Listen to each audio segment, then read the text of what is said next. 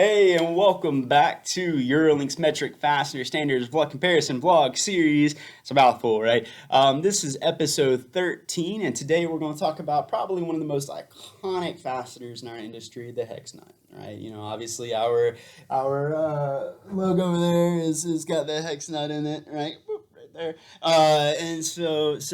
So are you a nut for nuts? Well, today, nuts are going to be particularly nutty as we're going to be discussing DIN 934 hex nuts versus its ISO counterpart ISO 4032, right?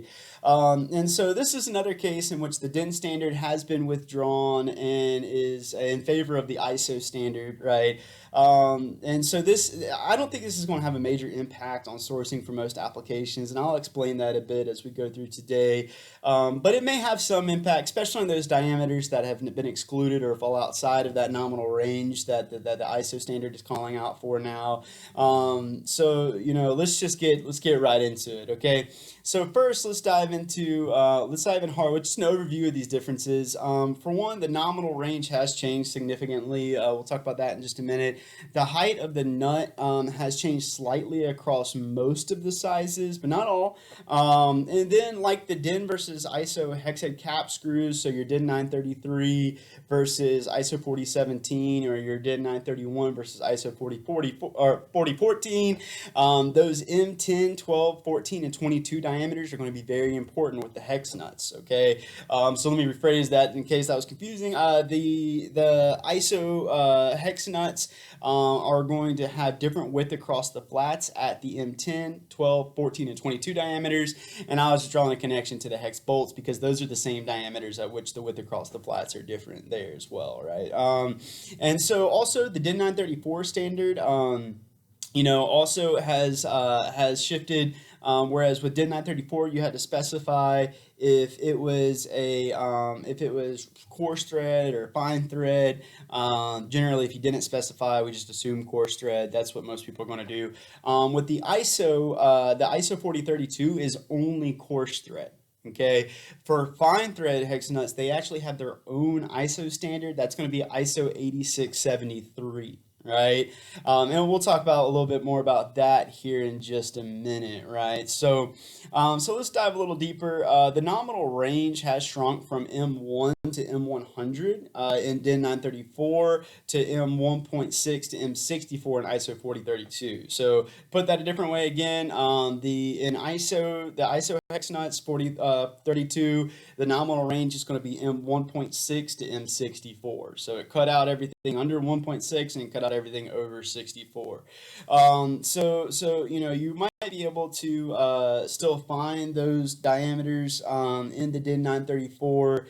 You know, it's probably going to be some time, as we know. You know, our industry is slow to adapt. I think with when I first started this thing off with the hex nuts and all, I think they had originally pulled it in like 1988 or something like that. So it was a long time ago, right? So it's going to be slow to adapt, but it could become more difficult to find some of those hex nuts that are outside of that range.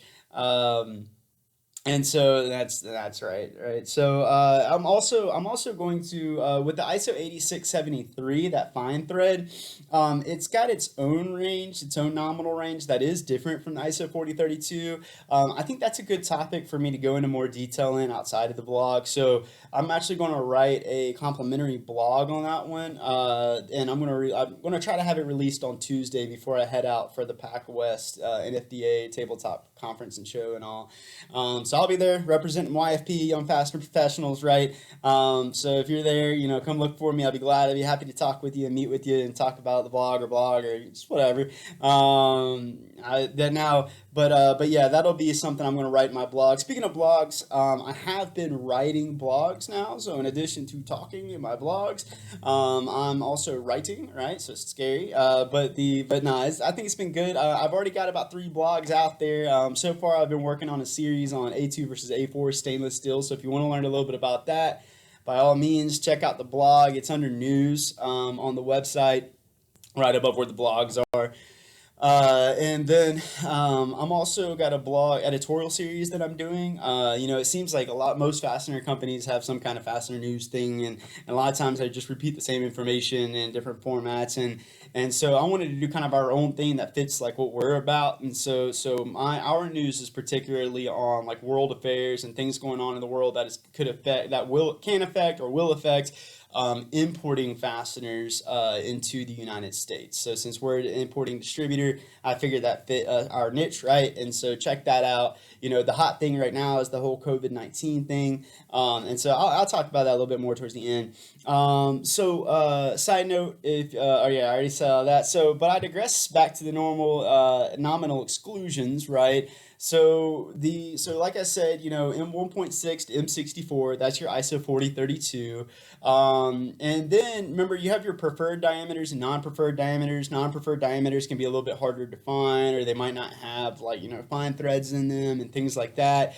All of the non-preferred diameters have been maintained in the ISO 4032 standard, with the exception of M7. So for whatever reason, M7 did not make the cut, but the rest, like for example, M3.5, M18, M39, those are still available in the ISO 4032 standard. Okay. Now let's talk about those dimensional differences. Let's talk about nut height, right? The ISO, or the nut height, is going to be the same for the DIN 934 and the ISO 4032 up to the M4 size, M4 diameter. I was actually a bit surprised by that. I actually went and checked the specs myself just to make sure, and that is true. Only above M5 does the height change, and unlike it seems most ISO DIN conversions, where the ISO usually has like a smaller height in whatever way, in this case the ISO 4032 actually has a slightly larger height. So that's going to create more connection in the mating, and therefore prevent loosening a little bit better. And so that's going to be that M dimension in most specs, right? And usually that height is about 0.2 to 0.7 millimeters taller in the ISO 4032s. But like I said, that does change depending on diameter, and so at some of the higher diameters might even be a little bit more. The other dimension I wanted to discuss real quick was the width across the flats, which is the S dimension in most specs. It has an identical range at all diameters, with the exception, like I said earlier, of M10, 12, 14, and 22. So that's why I was bringing up the hex bolts again, right? That at those diameters, the width across the flats is different. But at the other diameters, the width across the flats is the same.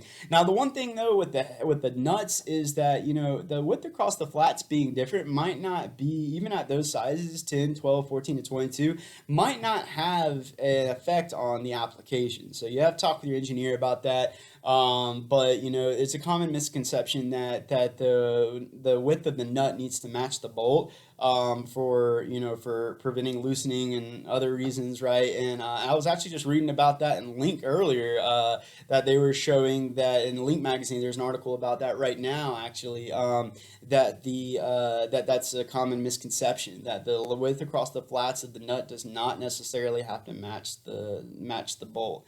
That doesn't necessarily make any difference in the application. So, and then finally, as I said earlier, remember that the DIN, if you're looking for, or with the hex nuts, with the DIN, you had to say whether it was fine thread or coarse thread. With the ISO, ISO 4032s are always coarse thread. The ISO 8673s, they can have the preferred fine thread or non-preferred. So in other words, the extra fine thread, right? So you might want to make sure that you're specifying the differences on those. All right. And so that's it for today. As a review, the ISO 4032 range is M1.6 to M64.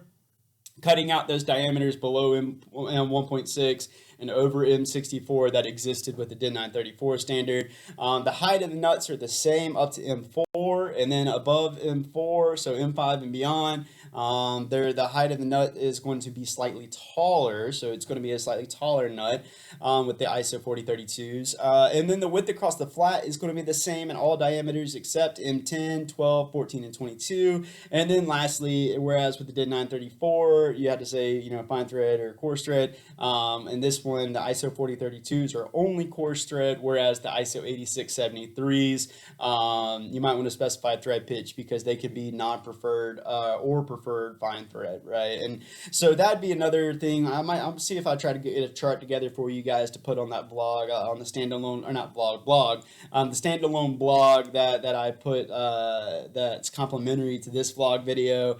So that way you can find that information there on our website and all. All right. So like I said, guys, if you haven't already, check out the blogs. I try to make it entertaining for you guys and throw some jokes in there, some personality in there. On my educational blogs. Now in the news one, I'm a little bit more just to the fact, right, to the point.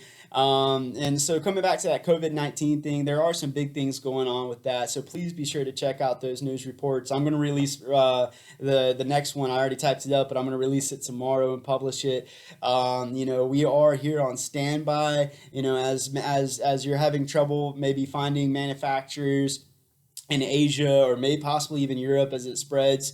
Come let us know. So, we've got a large manufacturing network in Europe and all that, and so don't expect the pricing to be the same as coming out on sea freight from Europe, right? But we do have some awesome consolidated air freights and sea freights, and maybe we could at least just get you some moderate quantities to hold you over until this whole thing blows over, right? And so we can work out some things with that. We still have partners with major stocking distributors throughout Europe, and so we can get things here for the most part pretty quickly, right? And get you what you need to hold you over as this thing goes on. So check out those blogs. As always, please feel free to send any questions, comments, or of course requests for quotes to me at london@eurolinkfss.com or to your respective inside sales rep. And check out our website, eurolinkfss.com/blog, for all of our metric fastener comparison videos, or /blog now for the new blog series and all. So until next time, you guys have a great week. Hopefully I'll see a lot of you guys at the Fastener show in Long Beach, right? All right, bye.